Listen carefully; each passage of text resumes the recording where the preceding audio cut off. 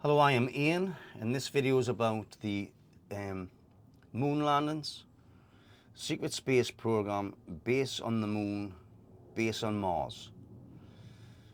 It appears to go something like this.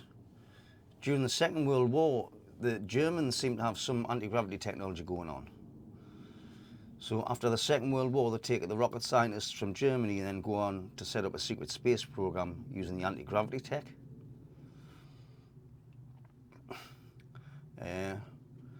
1947, the famous Roswell crash, the famous UFO crash in Roswell, New Mexico.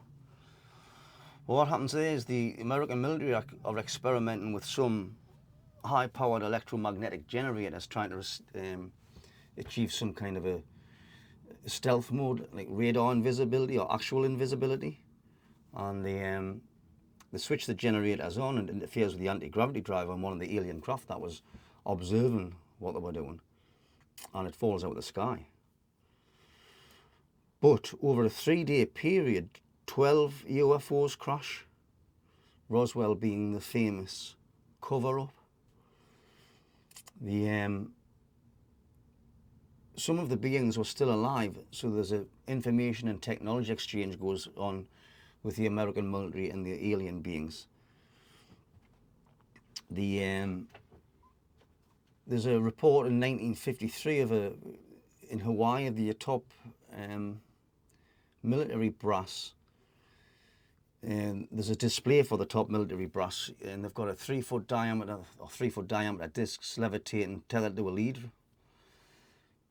The military seem to say it's interesting, but of no use to them. It could be connected to the whole thing. But everything goes top secret. If it wasn't already, it does then.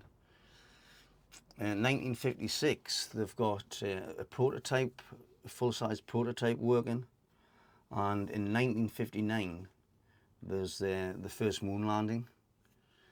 Time the mid-60s comes along, they've got a big complex up there.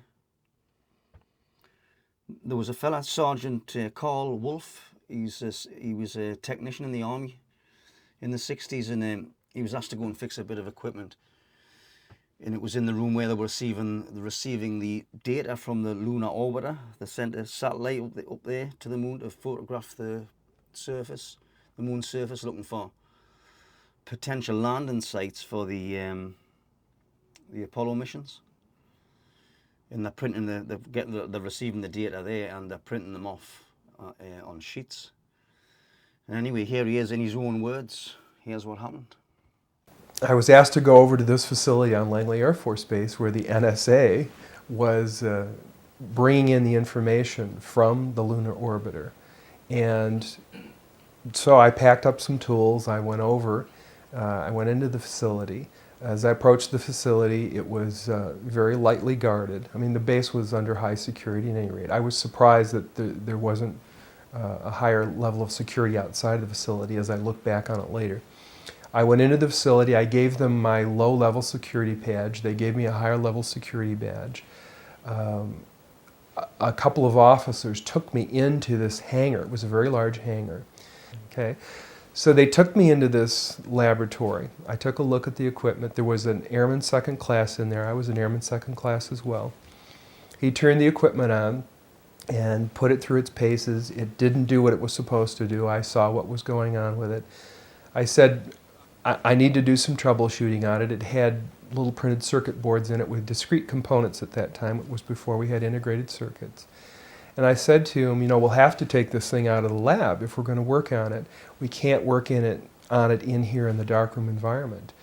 So he called someone to get some people to come in and move it. It was about the size of a small apartment refrigerator. It wasn't something you could easily move. So everyone left the facility, left the darkroom, except this airman second class and myself. And we're in, waiting for someone to come to remove this piece of equipment. So while I'm in there, I said to him, I'm really fascinated with this process. How did they get the images from the lunar orbiter to the laboratory here? And he went through the whole process, describing how the various radio telescopes around the world were linked, and they telemetered the data into Langley Field. And At the time, I didn't know what the real purpose of this darkroom and this operation and this facility was. I thought this was where they were bringing the data in and then releasing the images to the public. I had no idea that there were other issues involved in this facility. So he starts telling me all of this information, and I knew that what we were doing was classified anyway, and that he could only share a certain level of what he was doing with me because of the compartmentalized nature of our jobs. At any rate,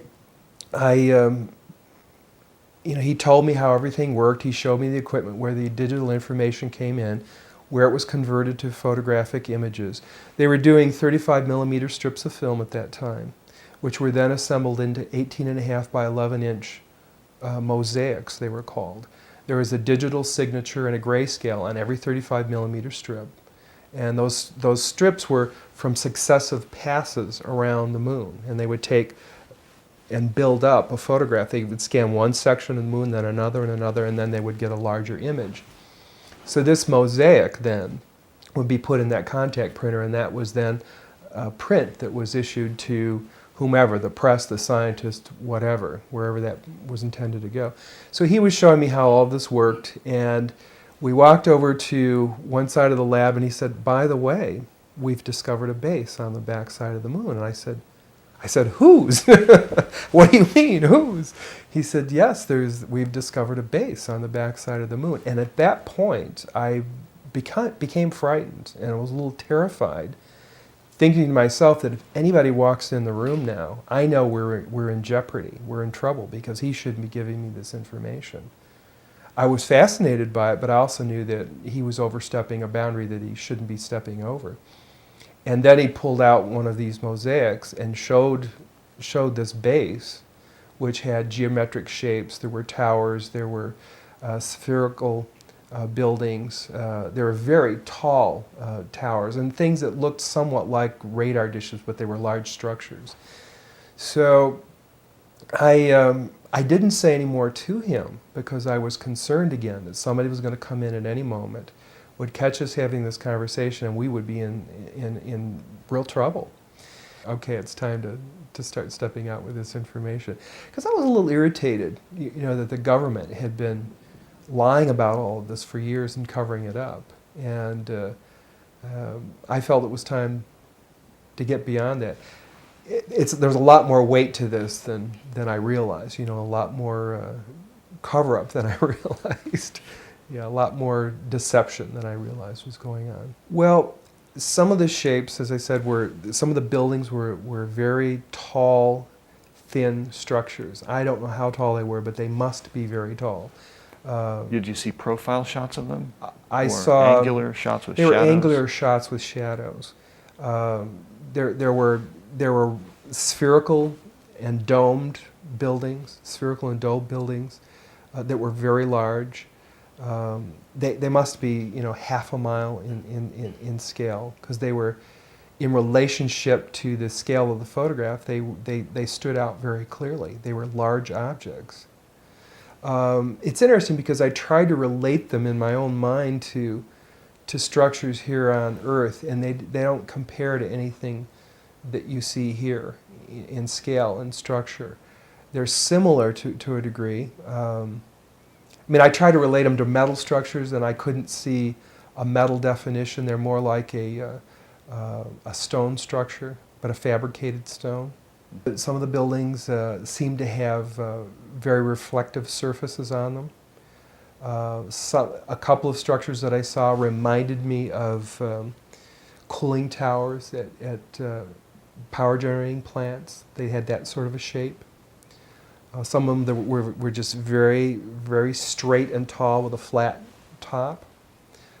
Some of them were round. Some of them looked like a Quonset hut, with a domed kind of, like a greenhouse. And all of these buildings were clustered together centrally? The particular shot that I saw, there were several clustered together over a landscape, a fairly large landscape.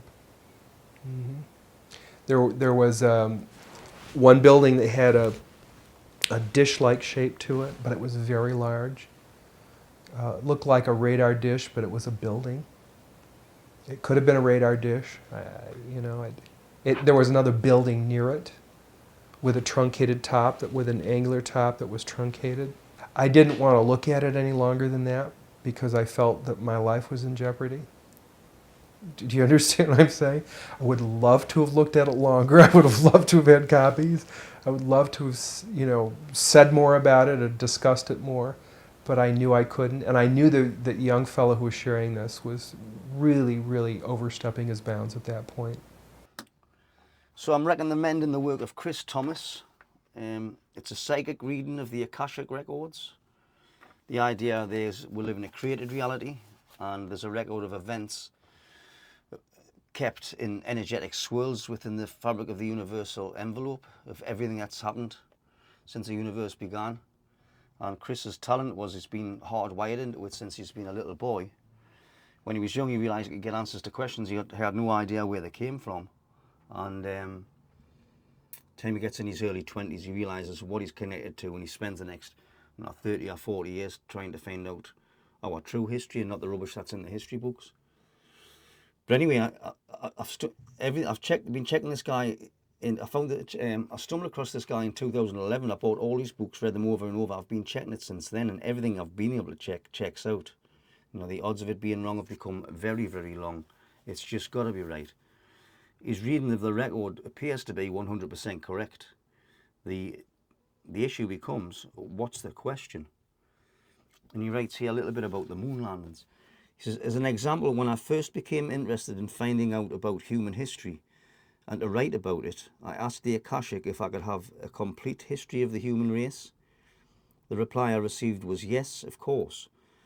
But did I have a spare 3.5 million years to be able to tell the full story? This is the core of the problem when obtaining information from the Akashic. Everything is recorded there, so it is a question of asking very specific questions. As an example, you might ask the question, have American astronauts landed on the moon? Given the amount of dispute over whether they have or have not, the answer received was yes. But if you then ask, did Apollo 11 land on the moon? The answer comes back, no. If you then ask, did other Apollo flights land on the moon? The answer comes back, yes.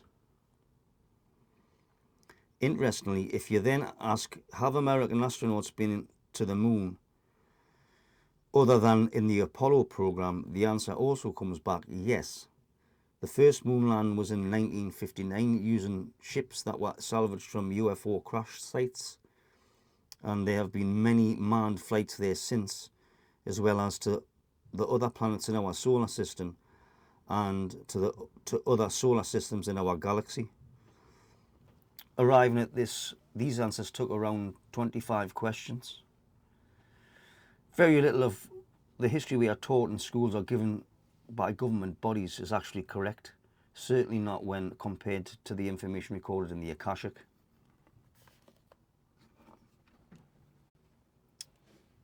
Chris also states that we used to have 13 planets in our solar system. 4 of the planets decided to leave. 2 of them exploded. It was an accident. The debris rips through the solar system, killing life on all planets apart from here on Earth.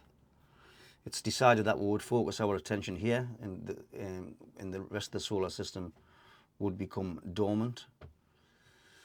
Now, but interestingly, there was a human colony on Mars before there was one here on Earth. Mars had achieved the goal of this solar system. So what we're doing here, what's the meaning of life? Where do we come from? Are we alone in the universe? Is there a God? Is there life after death? The answer is we live in a created reality. There's a creationary source. And the Earth is an experiment to create one of our bodies. Our bodies are the technology, the ghost in the machine idea, or a spirit or a soul in a body, energy being in a body. This solar system is an experiment in a full physical reality. The rest of the solar system we termed as semi-physical, and it means there's more options for change here, but it also means that there's nowhere else in all of creation that would give life support to our bodies apart from this solar system. So we're not going to the stars. That's as energy beings, as an eternal spark of the creationary source. That's where we came from. So anyway, there was a human colony on Mars before here on Earth. Just the solar system disaster kills life on all life on Mars. But interestingly, life on Mars and Earth are very compatible, and can be interchanged with very little adjustment. And the hunter-gatherer that Mars had used to create its human being was slightly in advance of the Earth-generated Neanderthal man. So an Earth-Mars hybrid is created known as Cro-Magnon man, and that body type is used as a starting point to create one of our bodies. So that means there could be a breathable atmosphere there, and if that's the case, there's a chance to be a base there as well. I mean, of course, the anti-gravity tech's there, and the fuelless energy generators, that's all there. It's just hidden in, top secret projects, and the power behind the throne have really went hell for leather and pulled all the stops out to make sure that any of this alternative energy technology doesn't get released. There's a trail of death that surrounds these so-called free energy inventors. They're either warned off, paid off, or bumped off. There's quite a few of them lost their lives because of it. So I'm going to leave it there with this video. I hope that makes a bit of sense. Please check out the other videos. I found my true history and the reason for the pyramids and all that type of a thing. There's a best way to walk. We live in a created reality. Our bodies are a genetically manipulated design, and this design has a natural counter-rotating spiral in motion. It solves all the mechanical issues that we're having. It's the missing piece of the puzzle to the lose weight, get in great shape, fat loss scenarios, correct walking mechanics. If you don't contract your muscles properly, you end up with fatty, lumpy bits sticking on you. And the way you walk basically determines what shape you turn into.